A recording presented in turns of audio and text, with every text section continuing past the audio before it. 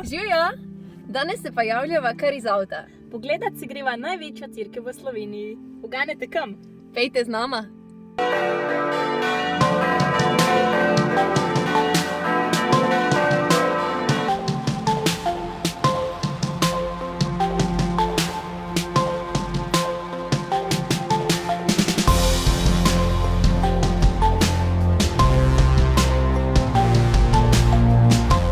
Lepo pozdravljeni v Gornjem Gradu, ki je znan po svoji zgodovini.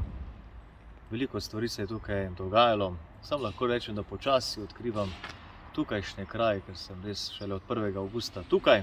Torej, malo bo 3 mesece sicer, ampak počasi spoznavam, kaj in kje se je res odvijalo. Torej smo na mestu, kjer je nekoč deloval benediktinski samostan dobrih 333 let, kjer so bili benediktinci, menihi, in za nami je ena planina, ki je gotovo vsem že kar dobro poznana, Menina planina.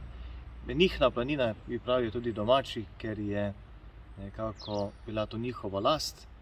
Pa tudi, če se peljemo v dolini, bi lahko pogledali v teh hribih, kjer je Lepenatka in ostalo, ti kraji.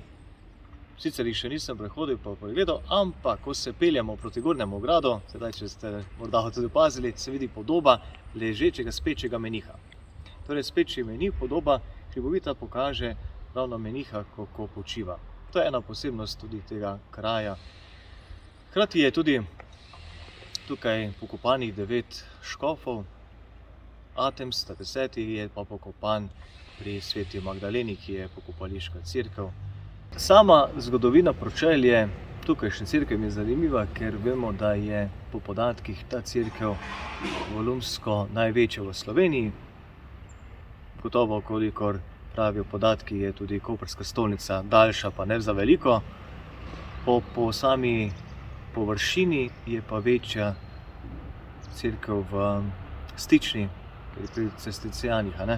Torej, ta cerkev pa po volumnu največja, kar se trenutno recimo tudi pozna po sami kupoli, kajti Bogu hvala so tudi tukajšnji krajani za dobroto tudi dobrih ljudi, pa tudi s pomočjo države se je v bistvu ta kupola obnovila, zaradi tega, da se ohrani, kot pravi, tudi kulturni spomenik. Lahko bi dejali, res zgodovina tega kraja je res velika in ogromna.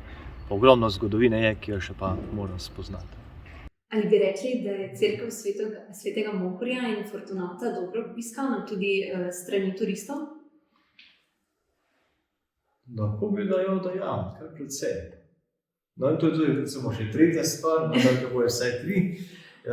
Me je presenetilo res, da je toliko romarjev skozi ta čas, ki se ustavijo tukaj in ogledajo katedralo. Veseli, ker naletijo na odprta vrata, je res, da takšnih kar nekaj skupin. V tem času, ko so tukaj, je bilo 10 avtobusov že napovedanih, torej 10 skupin, ki se napovejo, tudi napovedani, je pa dosti avtobusov in skupin, ki pridejo, ne napovedajo, da se ustavijo, pogledajo, grejo naprej, ali pa tudi preko turističnega centra.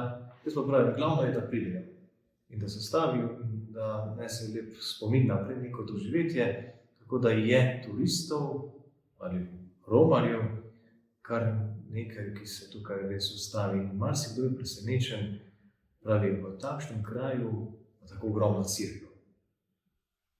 In potem, ko spoznajo zgodovino, slišijo zgodovino, jim je počasi jasno, zakaj je res tako ogromna cerkev nastala. Ravno tukaj, v teh lepih krajih pod Menino.